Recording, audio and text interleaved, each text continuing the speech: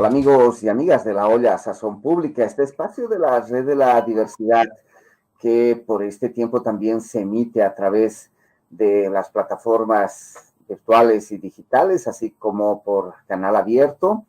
Y este espacio que es para conversar sobre distintos temas, para profundizar sobre ellos, para tener elementos para que cada uno de nosotros y cada una de nosotras saque sus propias conclusiones, porque como solemos decir siempre aquí en la olla Sazón Pública, aquí no compartimos verdades únicas, compartimos voces, aportes para el debate, para la conversación, para que cada quien saque sus propias conclusiones. Y hoy en la olla Sazón Pública nos vamos a encontrar con un amigo de hace varios años ya. Él es economista ecuatoriano, ha trabajado durante muchísimos años ya desmontando las lógicas del extractivismo, las lógicas del capitalismo global dominante y aportando alternativas más allá del desarrollo en los debates continentales y en el mundo entero.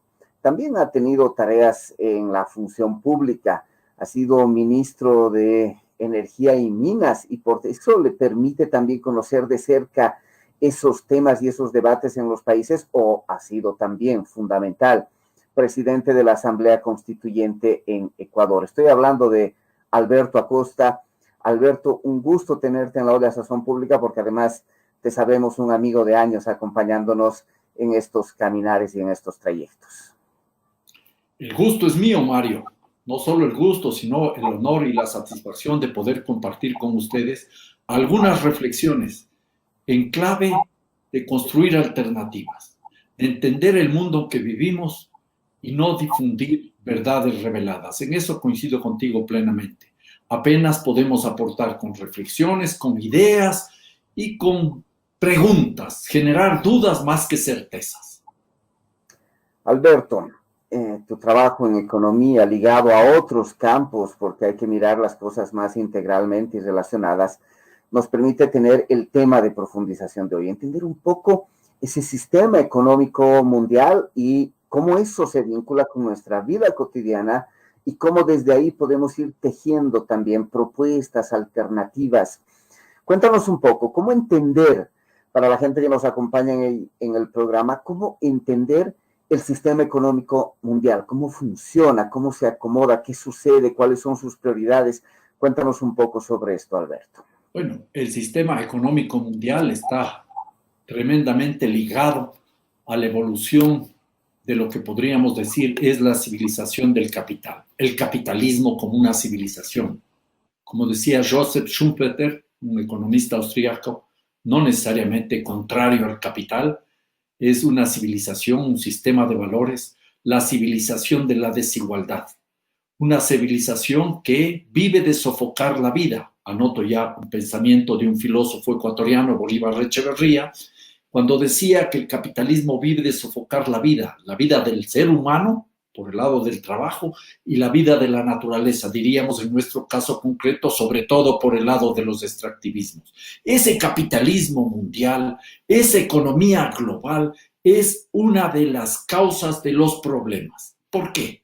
Porque se ha ido acelerando cada vez más el ritmo de acumulación de capital y esto está provocando tremendas distorsiones. Thomas Piketty, un economista francés joven de mucho renombre en la actualidad, presenta un par de cifras que me parecen importantes. Por un lado dice, la economía mundial en los últimos 200 años ha crecido a un ritmo promedio de más o menos 2% anual. La economía global, 200 años, creciendo al 2% anual. Y esto contrasta él con el crecimiento de lo que sería la economía financiera especulativa y toma como referencia un promedio que serían las tasas de interés que establece estarían en un 4.5%. Y ahí nos plantea él ya una disyuntiva muy grande, una ruptura, un divorcio entre la economía productiva y la economía especulativa. Y yo anotaría que hay que incorporar una tercera variable, que es la capacidad de recuperación de la madre tierra, la resiliencia, como se dice actualmente, que es muy inferior a ese 2% de crecimiento de la economía mundial. Entonces, estas tres velocidades ocasionadas por este sistema que se ha ido divorciando de los equilibrios ecológicos, nos está conduciendo a situaciones cada vez más complejas y violentas. Y aterricemos eso en lo que es el impacto en la cotidianidad. Los problemas de pobreza y de miseria no se han resuelto. Los problemas del hambre no se han resuelto, no porque falten alimentos, sino por muchas razones que podríamos analizar. Estamos viendo que esta demanda creciente de recursos naturales está provocando destrozos enormes. Los extractivismos petroleros, los extractivismos mineros, el extractivismo agroindustrial, y eso nos remite a cosas ya específicas. Estamos, Mario, viendo este rato, en este momento, cómo vuelve con creciente intensidad, más que el año pasado, el tema de los incendios en la Amazonía, en la Chiquitanía, en Bolivia y en otras partes del planeta. Las demandas de acumulación de capital, concretamente, para producir soya, para alimentar animales, y luego estos sean consumidos por grupos reducidos de la población, explica una situación cada vez más compleja y más difícil. Tenemos otro tema que se mide perfectamente con una sola cifra.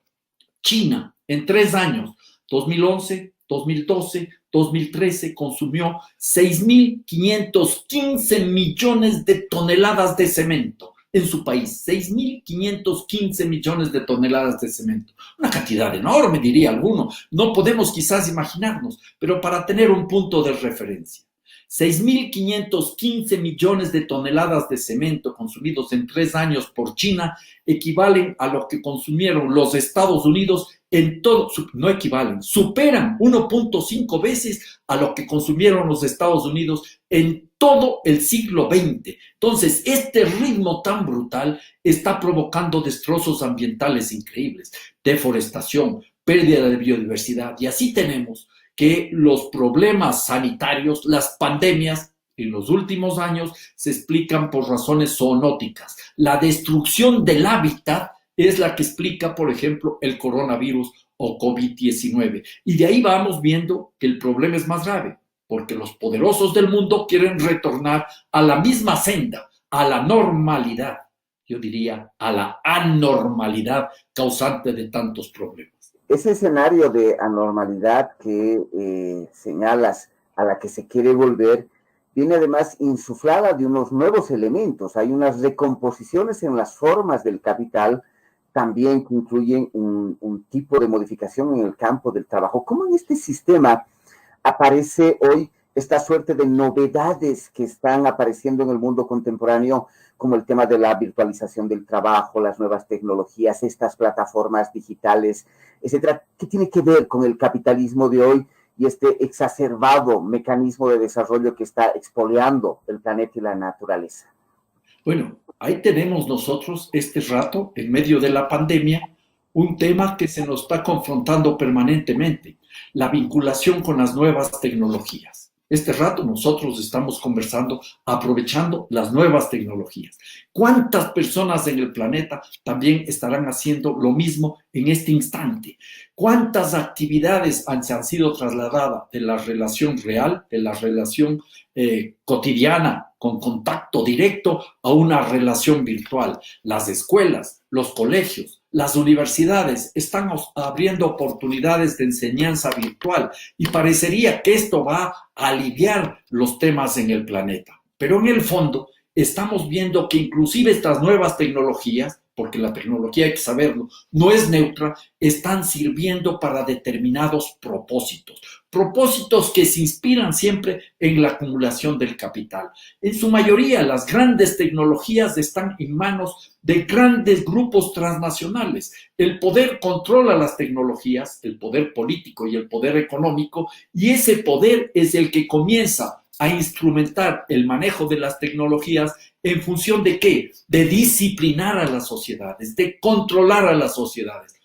Aquí hay un ejemplo que para mí es fundamental, casi en la línea con el Gran Hermano de Orwell, ¿ya? En China están instaladas ya más de 400 millones de cámaras de vigilancia para tener un control de la sociedad, de esta vigilancia facial, de esta que le pueden a uno estar leyendo continuamente qué es lo que está haciendo prácticamente en cualquier lugar público. y quizás también en cualquier lugar privado, que eso es también algo que comienza a ser una realidad.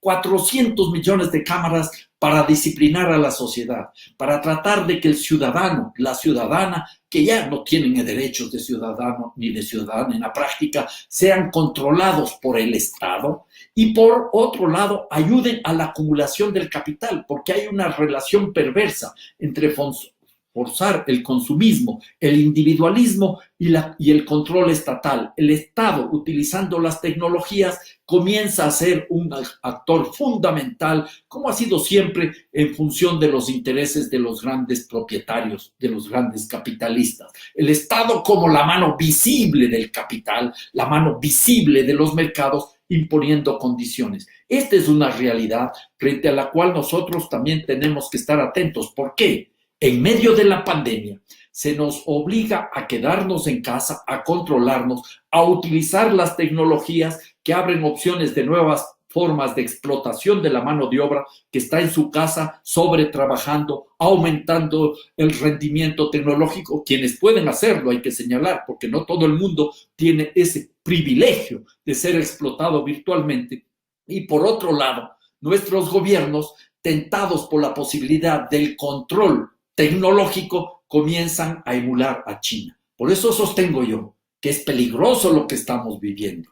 En lugar de haber aprovechado de la pandemia para comenzar a reflexionar y pensar en la necesidad de superar esas anormalidades, se quiere regresar a las mismas anormalidades. Y en la medida que va muriendo el viejo régimen, comienza a configurarse un viejo régimen, dentro de la lógica del capital siempre, en el cual aparecen los elementos más perversos del viejo régimen, como son el autoritarismo, los extractivismos, la especulación financiera. En ese escenario que está aconteciendo en la economía mundial, en las formas de expansión del capital, muy ligado también a las formas autoritarias de varios estados, algo está ocurriendo con la gente y mucho más en estos escenarios de emergencias sanitarias y pandemias. ¿Qué está ocurriendo en esos sectores populares? ¿Cómo conectan, desconectan, generan alternativas, dialogan con estos procesos de los mecanismos de expansión del capital, Alberto? Bueno, esta es una de las preguntas más interesantes, porque a primera vista, ese mundo que está regresando a la normalidad estaría dominando el escenario. Pensemos en un tema que a mí me llama mucho la atención.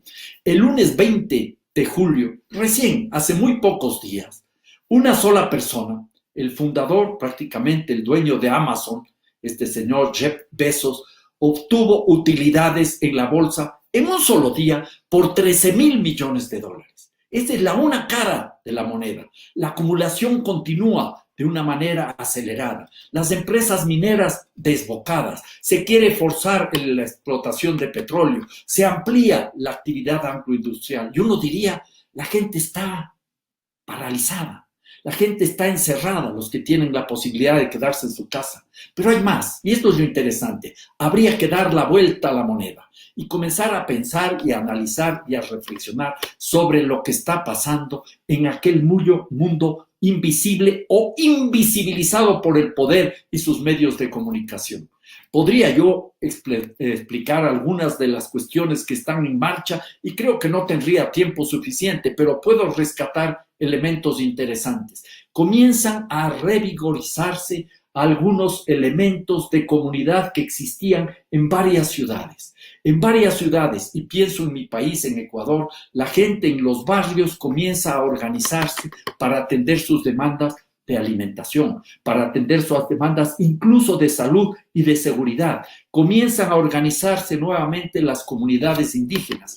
Muchas de esas comunidades se han vuelto a cerrar, se reencuentran hacia adentro y encuentran otros mecanismos para forzar el vínculo incluso con el poder público. Y ahí estamos viendo ejemplos maravillosos en distintas partes, en donde inclusive desde los sectores campesinos buscan relación directa con los consumidores y las consumidoras de las ciudades. Comienza entonces a revitalizarse algo más desde los barrios, desde las comunidades, desde las favelas, desde los lugares tradicionalmente marginados. Y esto me lleva a una gran conclusión. Una vez más, se demuestra que las respuestas no van a venir desde arriba.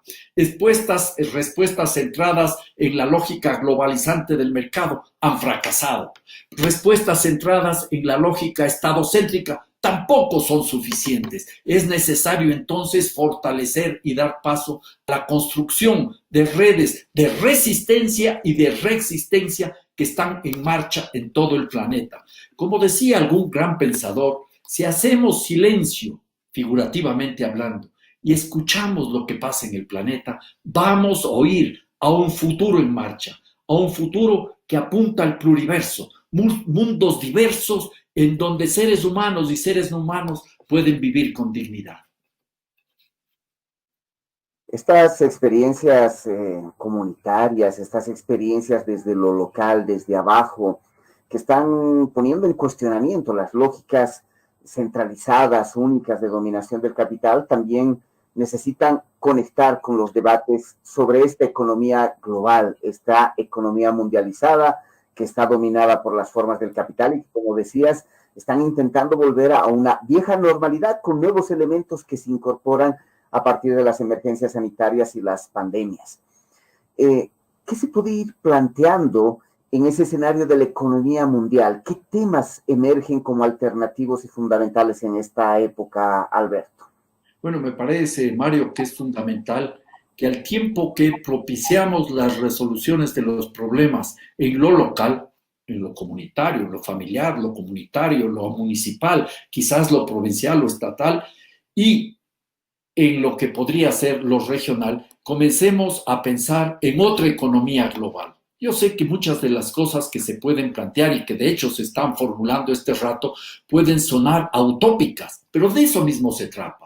De eso mismo se trata. Si nosotros comenzamos a imaginarnos otros mundos, vamos a tener la capacidad de hacer las propuestas para caminar en esa dirección. Entonces, una primera cuestión básica y fundamental sería pensar en una economía global que no esté atada a las lógicas que imponen, por ejemplo, el Fondo Monetario Internacional y el Banco Mundial, que son de una u otra manera bandas de transmisión del capital transnacional.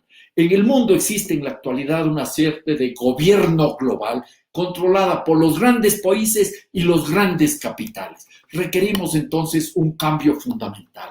En lugar de tener este tipo de instituciones globales que no atienden la demanda de la gente y mucho menos la necesidad de reencontrarnos con la madre tierra, requeriríamos una suerte de Banco Central Mundial, un Banco Central de Finanzas y Fomento Mundial, diría yo, que es indispensable para coordinar mundialmente respuestas económicas, sobre todo monetarias, que nos permitan enfrentar la crisis. Y ahí se ha trabajado y se está planteando, por ejemplo, pensar en una moneda global a través de la emisión de los derechos especiales de giro, que ya existen desde hace mucho tiempo atrás y que podrían estar respaldadas por una canasta de monedas, porque en el camino habría que ir debilitando aquel dominio que existe de pocas monedas globales, como el dólar, como puede ser el euro, como podría ser el yuan o cualquier otra moneda de alcance global. Entonces habría que ir haciendo lo posible para que desaparezcan estos organismos como el Fondo Monetario Internacional, el Banco Mundial, y sustituirle por esta institución especializada, un Banco Central Mundial controlado por Naciones Unidas. Yo sé que hablar de Naciones Unidas es complicado porque es un organismo que tiene muchas dificultades y muchas falencias. Luego habría que repensar en esta lógica económica financiera en un código financiero internacional que nos permita, por ejemplo, tener redes de seguridad, de información y de estabilización financiera, aplicar mecanismos para romper con las lógicas de la especulación financiera internacional. Tampoco es nuevo eso, un impuesto Tobin podría ser un mecanismo, desaparecer los paraísos fiscales, que son el lugar donde están fluyendo cantidades enormes de recursos de corrupción, de tráficos ilícitos, de evasión y elusión tributaria. Establecer un sistema de transparencia tributaria es otra urgencia, en clave con un esquema de justicia social ecológica internacional. Algo que creo que es fundamental también es la regulación de los mecanismos de endeudamiento público. Un tribunal internacional de deuda soberana, de arbitraje de deuda soberana, controlado por este organismo mundial y además con participación de la ciudadanía que intervendría en auditoría ciudadana, podría ser un mecanismo. Y esto se tendría que ir contemporizando, se tendría que ir coordinando con una transformación del sistema económico de comercio mundial. La Organización Mundial de Comercio es también una de las corresponsables de los problemas que vivimos. Y para cerrar este círculo, habría que fortalecer algo que se propuso en Bolivia en abril del año 2010, un tribunal para sancionar los delitos contra la madre tierra. Creo que son algunos de los elementos que nos permiten configurar un escenario mundial sustentado en los derechos humanos y en los derechos de la naturaleza. Voy a volver sobre estas propuestas globales conectadas con un elemento que planteabas antes, de estas alternativas y experiencias que están surgiendo en el terreno de lo local, de lo comunitario, de lo territorial. Pero antes de eso, estas propuestas que son globales, que a veces pueden sonar utópicas en las modificaciones en el sistema económico mundial, hoy tienen que considerar temas de cuidado y temas de la salud, sin duda alguna, como un elemento de emergencia fundamental en el mundo contemporáneo. ¿Cómo ves esta ligazón de esas modificaciones económicas, el cuidado de la vida, los temas de salud, cómo se enganchan? Bueno, en ese escenario creo que lo fundamental es sacar algunas lecturas básicas de la pandemia. ¿Cuáles son aquellas actividades fundamentales? La acumulación del capital, estamos viendo que está conduciéndonos a una suerte de catástrofe generalizada, al menos para la mayoría de la población. Entonces, a mí me parece que deberíamos plantear una reflexión que nos permita organizar la vida desde tres paradigmas que a mi juicio son básicos y fundamentales. El paradigma amplio del cuidado, o hablemos de los cuidados en primer lugar. El paradigma amplio del reparto o distribución, que pone en el centro la equidad y la igualdad. El paradigma amplio de lo que podría ser la suficiencia y la reciprocidad, sobre lo cual tenemos mucho que aportar desde los pueblos andinos. Me parece que estos son algunos elementos claves. Y entonces, en términos concretos, ¿qué es lo que se requiere? Políticas públicas y acciones comunitarias y, por supuesto, familiares. La salud. La salud es un derecho. La salud no puede ser vista más como una mercancía.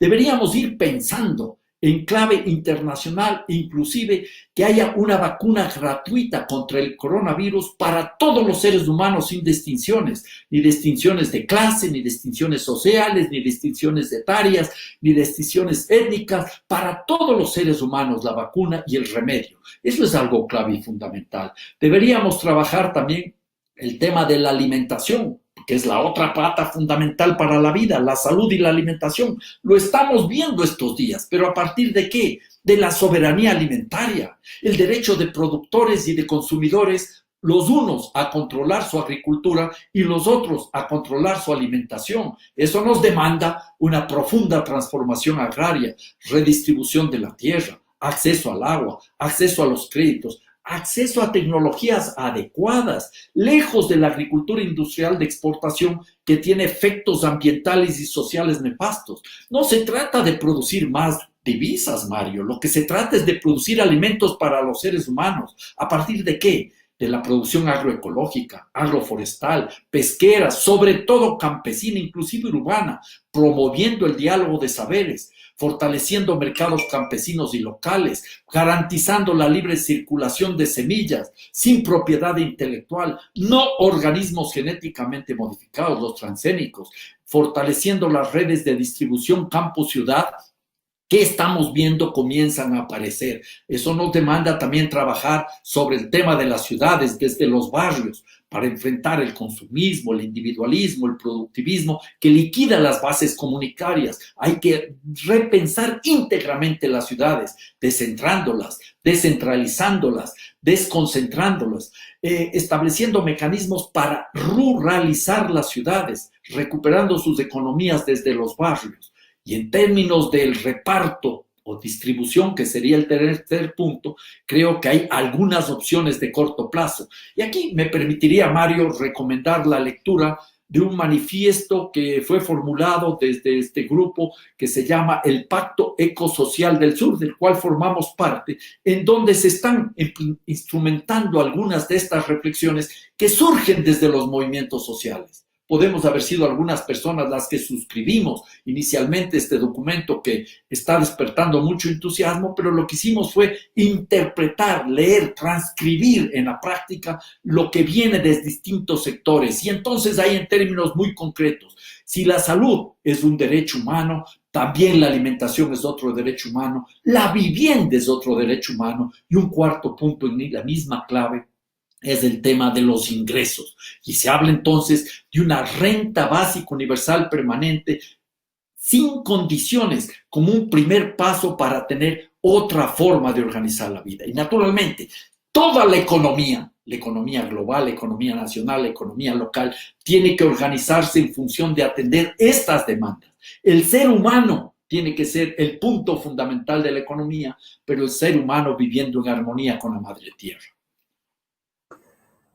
Has anotado varios elementos que conectan estas luchas locales, las experiencias locales más comunitarias, el trabajo que puede hacer cualquier familia, mi vínculo organizativo con elementos de la economía global. Pero para lograr esos procesos necesitas una suerte de acumular capacidad de incidencia, de transformación, de fuerza. Minutito final, ¿qué se puede hacer en ese camino desde esas experiencias locales, desde la gente que está haciendo cosas, que cree que el mundo como está no puede seguir, no podemos volver a esa normalidad que nos ha llevado a estos escenarios de crisis? ¿Qué se puede hacer desde ahí, Alberto? En primer lugar, tratar de entender qué es lo que está pasando.